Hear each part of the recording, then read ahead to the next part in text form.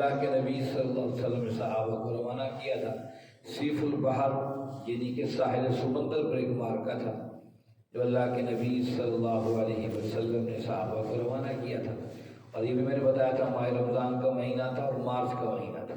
وہی ماہ رمضان اور مارچ جس سے آپ ہم گزر رہے ہیں وہ ایک اسلام کی پہلی جنگ، اسلامی ریاست کا پہلا جو ہے وہ جنگی دستہ آپ نے ماہ رمضان میں اور مارچ انگریزی مہینے مارچ کا مہینہ تھا آپ نے روانہ فرمایا۔ وہ اس مارچ سے اور ماہ رمضان سے ہمارا بڑا اہم تعلق ہے۔ یہ پھر آ کر پھر ماہ رمضان اور مارچ سے مل گئے ہیں، جس طریقے سے اس زمانے میں جس زمانے میں مارکا ہوا تھا رمضان کا مہینہ تھا اور انگریزی مہینہ مارچ کا تھا۔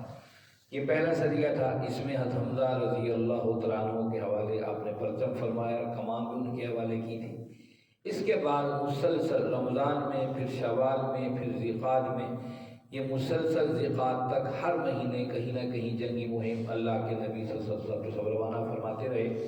پھر یہاں تک کہ آگے حرام مہینے شروع ہو گئے، ذیقعد، ذی الحج، محرم، یہ 3 حرمت کے مہینے ہیں، اور چوتھا مہینہ حرمت کا رجب کا ہے۔ یہ 4 مہینے حرمت کے تھے۔ ان مہینوں میں جنگ لڑنا کافر بھی حرام سمجھتے تھے اور ان مہینوں میں جنگیں نہیں لڑی جاتی تھیں، اور اسلام نے بھی اسی کی پاسداری کی۔ اللہ کے نبی صلی اللہ علیہ وسلم نے بھی ان 4 مہینوں میں آپ نے جنگ سے منع کر دیا، تاکہ مسلمان بھی اس کا احترام کریں جس کا کافر احترام کر رہے ہیں، اور مسلمانوں کو بدرجہ عدم خانہ کعبہ اور حرم کا احترام کرنا ہے کافروں سے بھی بڑھ کر، اس لیے آپ نے فرمایا کہ تو ذیقعد کے جو جنگی مہم بھیجی گئی تو انہوں نے کہا کہ لڑنا نہیں ہے، صرف جا کر جائزہ لے کر آنا ہے۔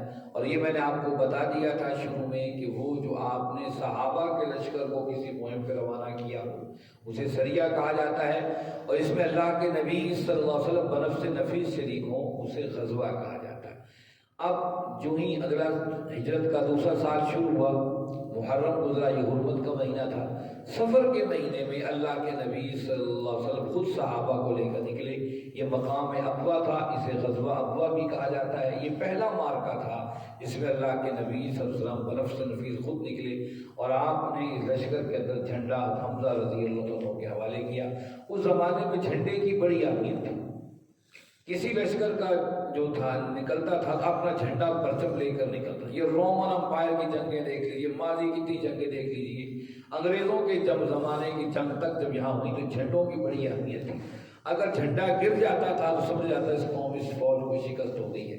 اس جھنڈے کو سنبھالنے والا جو بندہ ہوتا بڑا مضبوط رکھا جاتا تھا تاکہ کسی حالت میں جھنڈے کو اپنے ہاتھوں سے نہ گرنے دے۔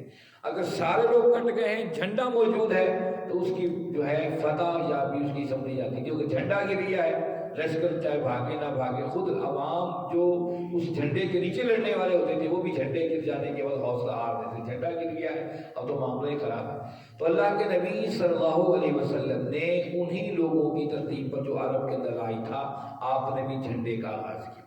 اسلام نے ہر وہ چیز جس سے شرک پیدا نہیں ہوتا تھا، جس سے کوئی ایسا مسئلہ نہیں پیدا ہوتا تھا، اسلام نے اس کو برقرار رکھا ہے۔ اس لیے ہمارے معاشروں میں بھی ایسی چیزیں جسے شرک نہیں، شرک کی بو نہ آئے، وہ دنیا کی کسی قوم کے اندر بھی رائج ہو، اسلام ان کا بھی احترام بتاتا ہے کہ ان کا بھی احترام کیا جائے۔ تو جھنڈا آپ نے جو ہے حمزہ رضی اللہ عنہ کے حوالے سے، یہ غزوہ ابوا پہلا مارکا تھا جس میں اللہ کے نبی صلی اللہ علیہ وسلم بنفس نفیس شریک ہو۔ اس کے بعد ایک اور مارکا ہے، اس مارکے کو ذی العشیرہ کہا جاتا ہے۔ یہ اہم مارکا ہے، یہ غزوہ بدر جو اہم غزوہ بدر ہوئی اس کا یہ پہلا دروازہ ہے ذی العشیرہ۔ ذی العشیرہ کیا تھا؟ اس میں مکہ کے جو کافر تھے انہوں نے کہا یار یہ جو فوجی مہمیں ہیں اور یہ جنگی جو ہے اسلامی ریاست کا آگے آنا جانا ہے، اس کے خلاف کچھ سد باب اختیار کیا جائے۔ اس کے لیے وسائل نہیں ہیں، وسائل کے لیے ہمیں تجارتی قافلہ بھیجنا پڑے گا شام، اور وہاں سے مال لے کر آئے گا، اس سے اسلحہ و ہتھیار گھوڑے خریدیں گے، پھر مل کر ایک طاقتور اسلامی ریاست کا خاتمہ کریں گے۔ یہ بات طے ہو جانے کے بعد ان لوگوں نے فیصلہ کر لیا، مکہ کافروں نے ابو سفیان کو قیادت سونپ دی اور ایک تجارتی قافلہ وہاں سے بھیجا کہ جاؤ پیسہ کما کے لے کر آؤ۔ یہ شام جا رہا تھا، اللہ کے نبی صلی اللہ علیہ وسلم کی انٹیلیجنس نے آپ کو خبر دی۔ آپ صلی اللہ علیہ وسلم نے فوراً صحابہ کو اکٹھا فرمایا اور آپ نے حکم دیا صحابہ کو کہ آپ ان کا پیچھا کریں۔ اس لشکر کے اندر آپ نے حمزہ رضی اللہ عنہ کے حوالے پرچم کیا، اور پرچم کا رنگ سفید تھا۔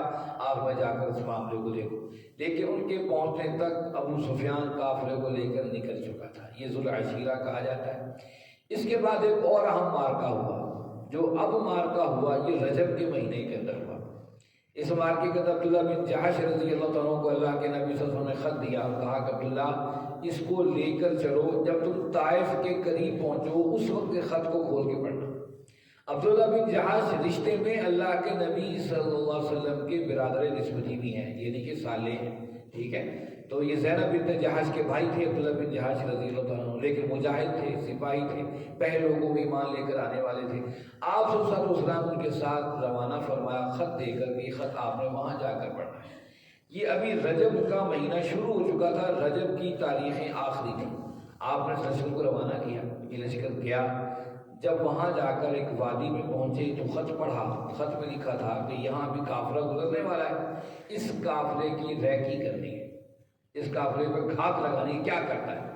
اب صحابہ گھات میں بیٹھ گئے، عبداللہ بن جحش کو جوش آیا، کہا دیکھو اللہ کے رسول نے فرمایا گھات لگاؤ، اور میں گھات لگاؤں گا، اگر دشمن نے کوئی حرکت کی تو میں اس پر حملہ آور ہو جاؤں گا، یہاں تک کہ میں جان رب کے سپرد کر دوں گا اور شہید ہو جاؤں گا۔ تم میں سے کون میرے ہاتھ پر موت کی بیعت کرتے ہیں؟ صحابہ نے کہا ہم سب بیعت کرتے، کوئی ہم سے پیچھے نہیں ہٹے۔ یہ اس مارکے کے اندر ٹوٹل 12 افراد تھے جو آپ نے روانہ کی تھے، 6 اونٹ تھے، باری باری جو ہے 2 افراد ایک اونٹ پر سوار ہوتے تھے۔ اب جب وہاں پہنچ اسی وقت وہ قافلہ جس کا حضور نکل کے سامنے آ گیا، جب سامنے آیا عبداللہ بن جو جحش نے فرمایا میں حملہ کرنے لگا۔ صحابہ نے کہا دیکھو آج چاند نہیں نکلا، لگتا ہے رجب کا مہینہ ہے اور رجب حرمت کا مہینہ ہے، اس لیے ہمیں نہیں لڑنا چاہیے۔ انہوں نے کہا بدریوں میں چاند چھپ گیا ہے، نظر نہیں آ رہا، بادل بھی ہیں، تو ہم روزہ رجب کا مہینہ ختم ہو گیا ہو اور اس کے بعد جو ہے اگلا مہینہ شروع ہو گیا ہو، اس لیے نہیں ہم جو ہے لڑیں گے۔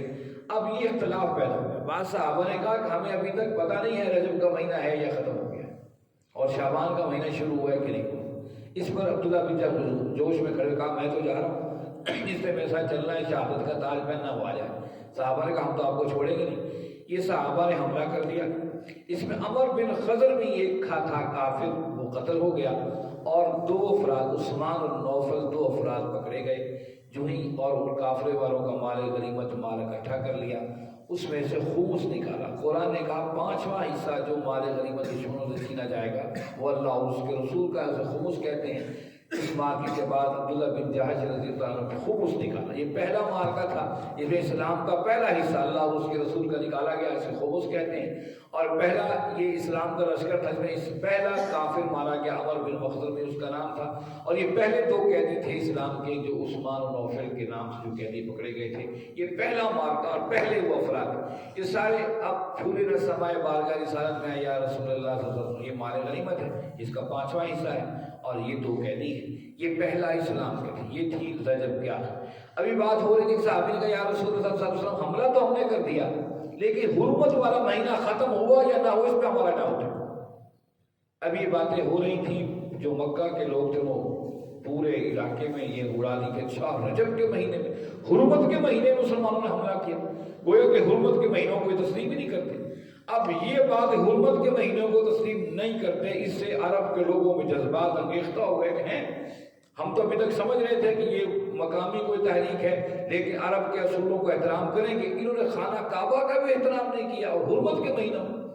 اب یہ اطلاعات مدینے کے اندر پہنچی، اللہ کے نبی صلی اللہ علیہ وسلم ابھی پریشان تھے، اللہ نے احکامات اتارے۔ یسألونک یہ عن الشہر الحرام قتال فیہ قل قتال فیہ کبیر، یہ قرآن کی آیات ہیں۔ یہ آپ سے پوچھتے ہیں کہ حرمت کے مہینوں میں جنگ کرنا کیسا ہے؟ اللہ فرماتا جنگ کرنا کیسا ہے؟ انہوں نے حرمت کے مہینوں میں اہل ایمانوں کو نکالا ہے مکہ سے، اس حرم سے، وہ انہیں گناہ یاد نہیں آتا ہے، یہ گناہ یاد آ کہ حرمت کے مہینوں میں جنگ کی کر لی۔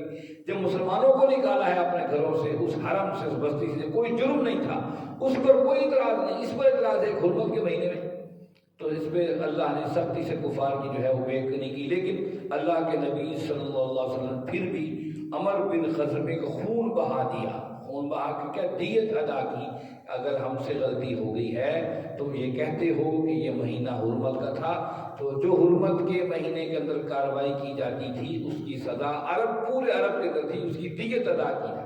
آپ صلی اللہ علیہ وسلم نے عمر بن خزمی کی دیت ادا کی، قیدیوں کو رہا کر دیا، اور آپ نے سختی سے تاکید کر دی صحابہ کو آئندہ حرمت کے مہینے کے خاص خیال رکھا جائے اور کوئی بھی اس کے اندر کارروائی نہ کی جائے، ہم عرب کے لوگوں کا احترام کریں گے۔ اس کے بعد اس واقعے کے بعد پھر ابو سفیان کا قافلہ واپس مکہ پہنچ گیا تھا، تو اسے بھی خطرہ پڑ گیا تھا کہ بھئی میرا مسئلہ جو ہے خراب ہوگا، کہیں مسلمان دوبارہ حملہ آور نہ ہو جائے، اور اللہ کے نبی صلی اللہ علیہ وسلم نے صحابہ کو نکلنے کا حکم بھی دے دیا۔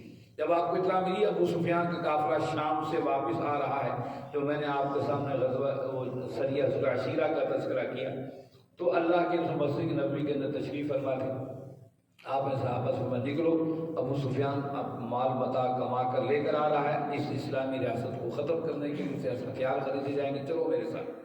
جو مسجد میں تھے سب کے سب اٹھ کھڑے ہوئے، اس کو عام اعلان نہیں کیا گیا، عام اعلان ہوتا تو ہو سکتا اور بھی صحابہ ساتھ نکلتے۔ وہ 300 جو کچھ صحابہ تھے جو مسجد میں جو ہے 80-86 جو مہاجر صحابہ بیٹھے تھے، جو اوس خزرج کے بیٹھے تھے، وہی آپ کے ساتھ رواں نکل پڑے۔